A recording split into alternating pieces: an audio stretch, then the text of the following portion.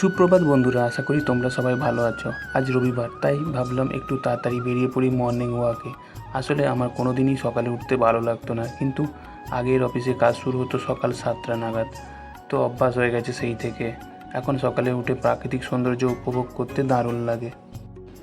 রাস্তায় হেঁটে যেতে যেতে সাইডে এই সুন্দর ফুলগুলো চোখে পড়লো, দেখতে একদম অসাধারণ লাগছে। তোমরা কি জানো এই ফুলটির নাম কি? জানলে আমাকে কমেন্টে জানিও। সত্যি প্রাকৃতিক এই জিনিসগুলো দেখলে মনটা একদম ফ্রেশ হয়ে যায়।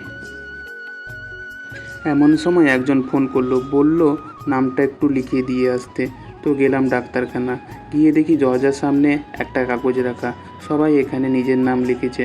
তো আমি এখানে নাম লিখালাম ও নাম লিখে বাজারের দিকে চলে গেলাম। বাজারে ঢুকতেই চোখে পড়লো টাটকা সবজি আর ফল। তো কয়েকটা আমার জিনিস কেনার ছিল, সেগুলো কিনে নিলাম। তবে দাম দেখে মাথায় হাত। তোমরা তো জানো ঘাটালে বন্যা হয়েছিল, অনেক সবজি নষ্ট হয়ে গেছে, সেই কারণেই আকাশ ছোঁয়া দাম। তো বাজারের অবস্থা খুবই খারাপ, লোকজনও তেমন দেখতে পাওয়া যাচ্ছে না। অথচ আজকে রবিবারের বাজার, ভিড় হওয়ার কথা। বাজার থেকে বেরিয়ে এলাম বাস স্ট্যান্ডের দিকে। তো আমাদের যদি কোথাও যেতে হয় বাস ধরে, আমরা এখান থেকেই বাস ধরে যাই। তো এরপর এগিয়ে গেলাম স্কুল মাঠের দিকে। তো কিছু দাদা এখানে ফুটবল খেলছিল, দেখতে খুবই ভালো লাগছিল, তাই কিছুক্ষণ দাঁড়িয়ে থাকলাম খেলা দেখার জন্য।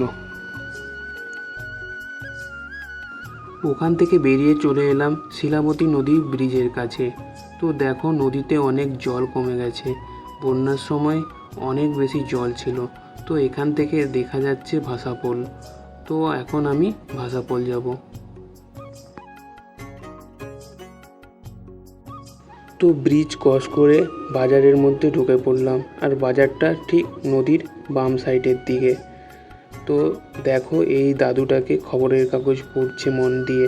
তো সত্যি বলতে আমি নিজেই জানি না কতদিন আগে আমি খবরের কাগজ পড়েছি। তো এই সাইডে আজ বাজার বন্ধ, তাই ভিড় অনেকটা কম। এই হচ্ছে ভাষাপোল, এখানে আমি হাঁটতে হাঁটতে চলে এলাম। তোমরা কি জানো এই ভাষাপোল ইংরেজিদের সময়কাল থেকেই তৈরি হয়েছিল। তো বর্ষার জন্য এই পোলটি খুলে দেওয়া হয়েছিল, কারণ যাতে জল আর কচুরিপানাগুলো খুব ভালোভাবে পাস করে যেতে পারে। তো বর্ষা চলে যাওয়ার পরে আবার পুনরায় লাগিয়ে দেওয়া হয়েছে। তো এখন যাতায়াত স্বাভাবিকভাবে আছে। গরমকালে সন্ধ্যার টাইমে এখানে এলে একটা সুন্দর হাওয়া পাওয়া যায়। তো সেই হাওয়াতে একদম মনটা জুড়িয়ে যায়। এই ভাষাপোল দিয়ে শুধু মানুষজন পার হয় না, সঙ্গে সাইকেলও নিয়ে যাওয়া যায়।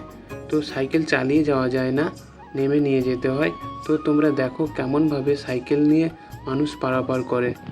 তো বন্ধুরা, আজকের ভিডিও কেমন লাগলো তা তোমরা কমেন্টে জানিও। দেখা হবে পরবর্তী কোনো ভিডিওতে। ততদিন তোমরা খুব ভালো থাকো, সুস্থ থাকো।